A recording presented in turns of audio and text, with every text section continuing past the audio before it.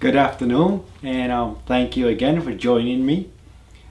This is our Monday broadcast, but I'm running one day late, so it's actually Tuesday today, November 3rd, and happy birthday to my sister.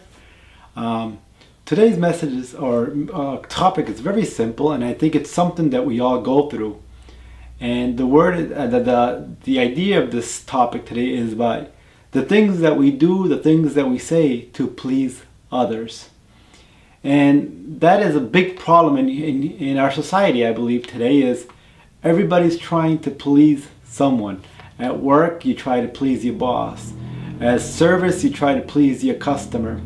At the church, you try to please your pastor, you try to please your congregation, or you try to please those that look at you religiously. At home, you try to please your parents.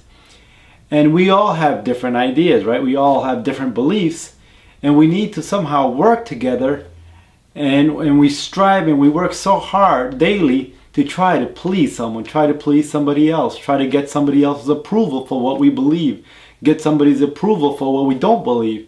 And we see that all over society. We see that in politics, right? And they're trying to get the approval of the people, so they're talking and they're sharing their ideas, looking how to get the approval of the people. And that is something that is very engraved in us as humans, I believe, is to try to get approval of other people. But yet there's the other dilemma on the other side, is that people believe, I just live to please myself. I think in Facebook I saw one of those little messages that people put with a little poster, and it was something very simple. It was like please yourself, who cares what they think, or do as you wish, and who cares what anybody else thinks. And I think that's also not a good message. So there's two messages, right? That everything you do has to please somebody, and the other message is that do whatever you want, who cares what they think. And I think both messages are incorrect. So what is the correct message per se, if there is such a thing, right? So I usually use the Bible as a basis for this. So this is where I got the idea. And again, we have the Apostle Paul speaking, and he says, "Am I saying this now to win the approval of people or God?"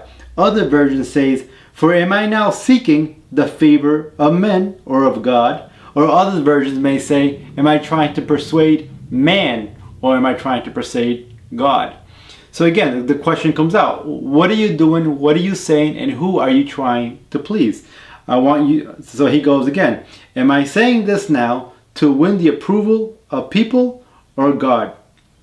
Am I trying to please people? Then this is where he comes up and goes, this is what makes him different, or what he's saying, or what he's doing differently. He goes, if I were still trying to please people, I would not be a servant of Christ, or I will not be a Christ servant. So what does that mean, right? So pretty much whoever you're trying to please becomes your master. If you're just trying to please your boss, you're just trying to make money, you're trying to please your bank account, you're trying to please your pride, now you have become a servant of the one you are trying to please. So it is very important who we try to please. Why do we do the things that we do? But believe it or not, or do you become a slave to yourself? If you just do everything for yourself, for your own self-gratification, now you become a slave to yourself, and you might be hurting people, you might be destroying your life, and you might say, how would I destroy my life by just gratifying myself? We see that with alcoholics, we see that with drug users, we see that with pornography, we see that with these things in life. We say, I don't care what anybody says, I'm going to live my life and I'm going to enjoy it. But yet we don't see the damage that it does to all, but eventually it can, or it leads to damage to oneself. When you lose your marriage, or you don't get married because you're so involved into pornography or to drugs, and we see that in life every day. Marriage is being broken up because of drugs, because of alcohol, because of pornography, because of all of these things. Why? Because we've taken a stance that I'm just going to please myself. On the other hand, we see people that don't ever fulfill anything in life because they're trying to please other people. They're never living out their own dreams. They're really never living for themselves per se, to the calling in which God has given them. They're just living out there to please men, to find the favor of men, to persuade others to say, yes, I approve what you're doing. Why? Why do they approve what you're doing? Because they're benefiting from what you're doing, and selfishly they're saying, yes, continue to do what you're doing because it pleases me, versus saying, how can I help you please yourself, or find your needs so that you can live your life to the fullness. So let's go back to the text now where we return to what the whole topic was about here, right? Paul again says, for am I now seeking the favor of men or of God? Or am I striving to please men? If I were still striving to please men, I would not be a bondservant of Christ. But this is where the standard to everything is. Okay? The standard is that everything we do to please God. And if we are pleasing God, we will fulfill our desires, and we will also be able to please others and benefit others. The Bible tells us to live in peace with all as much as possible. But first you have to find your peace with God, peace with yourself, and then that peace that is in you, that is given to you by God, can be shared with others. So Paul is going through this argument with these people because they're saying that he is preaching the gospel incorrectly, or he's preaching a false gospel, or that he was preaching it with the intent for his personal gain. So here he's telling them, do what I say? Do I say it to please men, to please you?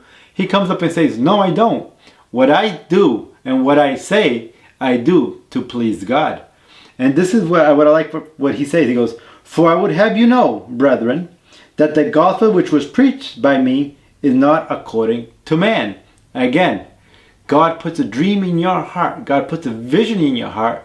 Many might oppose it. But if God put that dream in your heart, if God put that talent in you, if God put that desire in you, then that's what you go with. You go with what pleases God. Who cares what man says? Then he says, for I neither received it from man, nor was I taught it, but I was received it through a revelation of Jesus Christ. Again, back to what I just said. If your dream, if your vision, and what you're doing pleases God, because God himself put it in you, then you go with that. You go with the truth. You go with what God has revealed in your life. Forget about what religion says. Forget about what your parents say. Forget about what your neighbors say. Please God. And you say, well, I don't always agree with God. Or you say, I don't believe in God. Then you can't live a life that pleases God. You have to believe in him. Believe that his son died on the cross for us. And then you live with that set, that we'll call that your standard, your starting point. And from there on, you've received the revelations from God for your life. You received the calling for your life. And then from that point on, you talk, you act, and you do according to what God has put in your heart, because everything you're doing is to please him and not men. We don't live to please men. We live to please God, especially when it's a calling, when it's a gift, and when it's something that you just know that is the right thing to do. It might bring persecution, it might bring insult, it might bring envy, it might bring jealousy. But if you do it for God, at the end, your reward will be a great reward. Thank you for your time. I hope to see you in Rhodus Edgar Rebecca in Facebook. Or if you want to see other videos that I've done in YouTube under Edgar and Rhodus. And again, if you don't go to a local church, I invite you to go look around your town, look around your surroundings, and try to go to a local church and unite with other brothers that can help you and guide you to find your fulfillment in Christ Jesus. Thank you for your time, and see you next Monday.